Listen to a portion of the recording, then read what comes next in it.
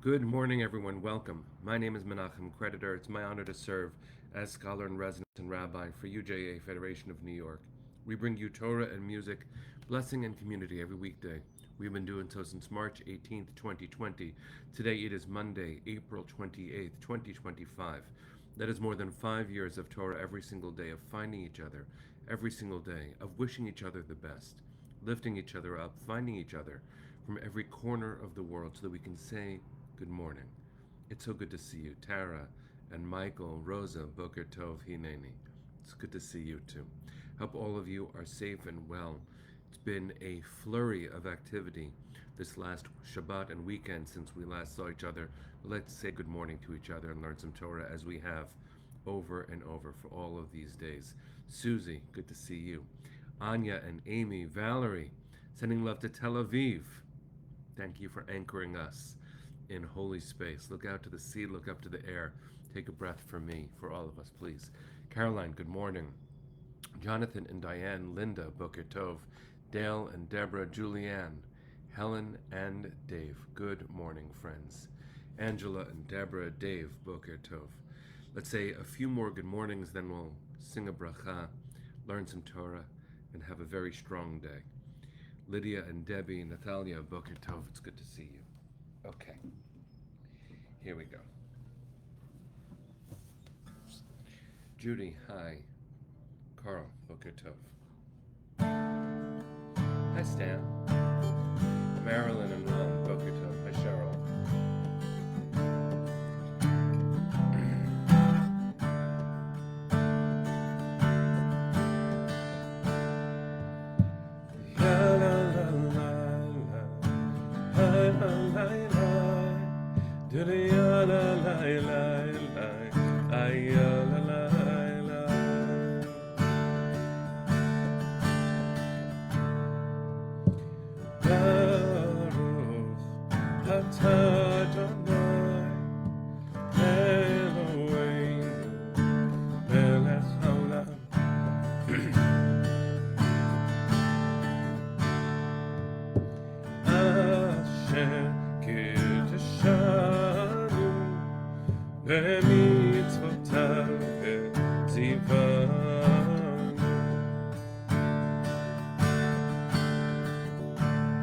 לעסוק בדברי תורה, לעסוק בדברי תורה, הפוך בה והפוך בה, לעסוק בדברי תורה. לה לה לה לה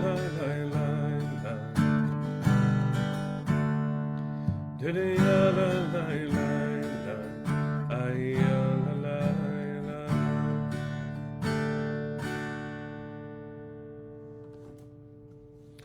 So good morning, friends. Hope that you and yours are safe and well. Penny, thanks for keeping us on track. It is broadcast 1291. It is also day 570 since October 7th, 2023. I want to dedicate today's Torah in memory, Barbara, of your friend, Curdy Lewis. I'm so sorry for your loss. Comfort to you. And I also want to make sure that during the broadcast this week, we hold all of our sisters and brothers, especially those in Israel, because these are the days in between. We are in the modern Jewish High Holy Days between Yom HaShoah last week, Holocaust Remembrance Day, and this week's Yom HaZikaron and Yom HaAtzmaut.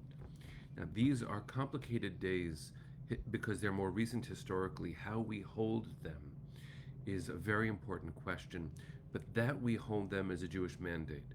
Outside of the state of Israel, it is less known, though the community, I think, is making. Sorry, Barbara, your friend's name is Carrie. Thank you for the correction. May Carrie's memory be for a blessing. Outside of the state of Israel, Yom HaZikaron is not known very well, especially when you aren't tuned in to synagogue or Jewish communal events. But it is important for us to maintain an understanding that there have been tens of thousands, I don't know the exact number, it's usually released just before Yom HaZikaron, of those who have fallen in defense of the state and um, in acts of terror, and we call them all to mind on Yom HaZikaron with a siren that throughout the state of Israel is heard. But outside of the state of Israel, you have to make a very special effort to hear it. We'll talk more about that tomorrow because Tuesday night begins Yom HaZikaron in Israel, and then it goes directly in a heref ayin, in the blink of an eye, into Yom HaAtzmaut Wednesday night. It's really important for us to be tuned in to the energy, especially this year, as 59 of our beloveds remain in captivity, 24 of whom, please God, are alive. And that means, as I've seen many friends in Israel posting, Yom HaAtzmaut means Independence Day, and it has been published without the taf, the final letter. So it's Yom HaAtzmaut, which means, and it says as a subtitle, we are incomplete until they are all home.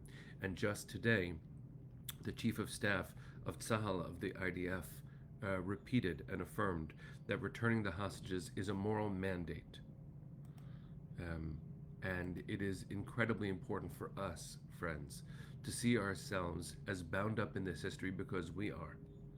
We are. I'll talk more about that this coming week, but I wanted to make sure that we located ourselves in the days between Yom HaShoah last week into Yom HaZikaron and Yom HaAtzmaut, just as, even though it's different, just as we have Rosh Hashanah into Yom Kippur, and the in-between days are meant to be a flow of spiritual refinement. This is meant to be a collective re-entering into our history and a recommitting to building it together. It is a double parsha this week. We are reading Tazria Metzora. It's the middle of the book of Leviticus, of Vayikra, and Tazria Metzora is a complicated double portion. In fact, whenever a bar bat mitzvah child has this, either they love it or they don't, because it's about a skin ailment, which is actually a spiritual disease, and that spiritual disease called Metzora can appear on skin, on clothing, in vessels, or on the walls of a home. And there's a worry in the Torah about its contagion. I only want to read one verse from this week's parsha. It's chapter 13, verse 2 of the book of Leviticus. I'll read it in Hebrew, translate it, share actually a comment in the Talmud, and then make my own comment. The verse says, Adam ki yev ve'or b'saro se'et or sapachat o vaheret v'haya ve'or b'saro lenegat sara'at v'huva el Aharon HaKohen o el achad mibanav HaKohanim.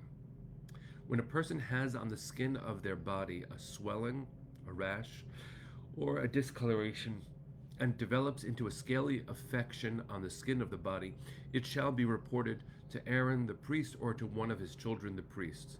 They'll make an examination and then decide whether it is, in fact, Metzora, Tzara'at, and if it is, then they must be outside of the camp and quarantined for a period of time.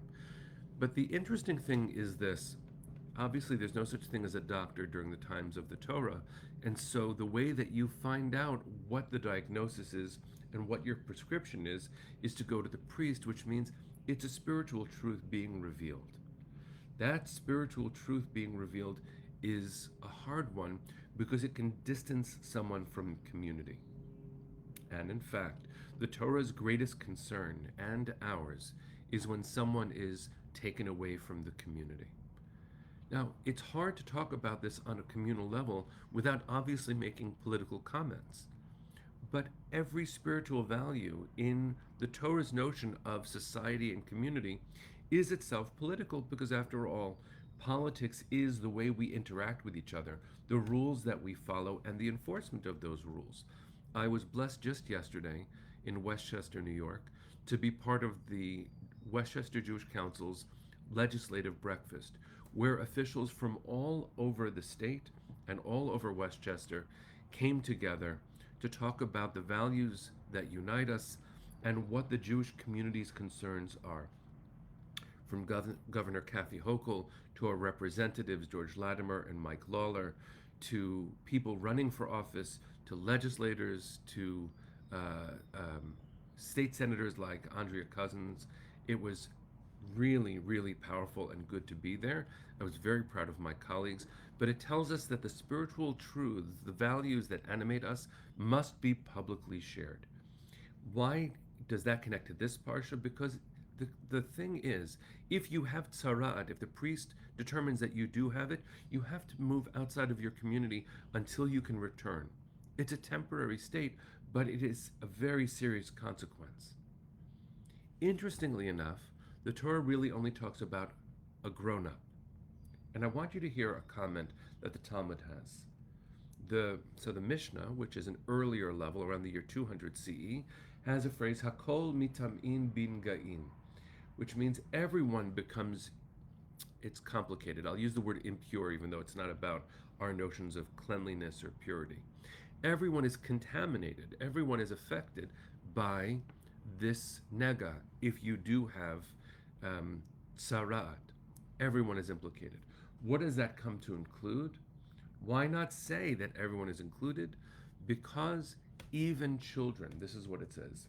Ve'ema hachaname, this is in, if you're going to look it up in the Talmud, it's in Arachim, page 3, side A. Ema hachanami, so just say that that's the case, that a minor, a child, is not implicated by tzara'at, only grown-ups are. No, actually, when a person has it, anyone, even children, are impacted. And that tells us something that I hope we take to heart. Even if some conversations are only grown-up conversations about the directions of society and the values that it does or doesn't maintain. Even if you think you can have this conversation in a compartmentalized way, because this is really only about those old enough to vote or those, I don't know. It is important for us to recognize, friends, that everyone is implicated. Everyone is implicated, and our children are paying attention to the conversations we're having today. Because of social media, no one is immune to the conversations that sometimes demonstrate a betrayal of the values that the Torah demands. And so it's upon us to make sure that we examine the way the priest did long ago, whether or not we have a societal issue of tzara'at. Exactly, Rosa, as you say. Perhaps it's because of intention, of kavanah. Children may not intend ill, but are affected by it. And in fact, I would say it even more directly. Children may not have a voice in deciding the directions of society, but they are absolutely included in it.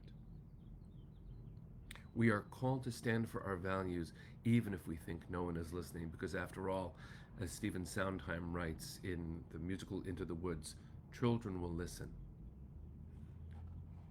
Before we close, I see, Sharon, that your friend Anne had a stroke and is in the ICU. Praying for Anne with you, with all of us answering Amen. Let's take a breath, because after all, if these are the days between Yom HaShoah, Yom HaZikaron, and Yom HaAtzmaut, which means from the days that we suffered so much because of power we did not have, to the days of commemorating the costs of regaining self-determination as a Jewish community, to the celebration, incomplete though it may be this year, of what it is to step forward into the world. We are absolutely called, friends, to be a part of Jewish history and to write this next chapter. We are children of our ancestors, but we are the grown-ups whose descendants will be affected by the decisions we make today. So let's make sure not only our voices are heard, but we take significant action to be agents of healing, to be agents of dignity, and to demand that all of our beloveds are brought home now. So take a breath. Let's send our hearts to the east, and in these in-between days, let's sing.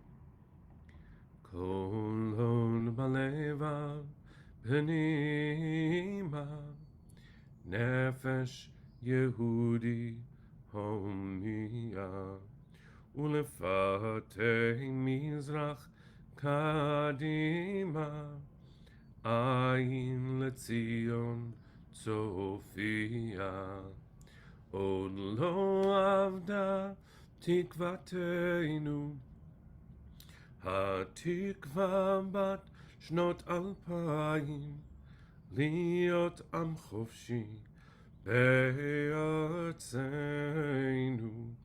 ארץ ציון וירושלים. להיות עם חופשי בארצנו, ארץ ציון וירושלים. Bring them home now. Am Yisrael Chai. See you tomorrow, my friends.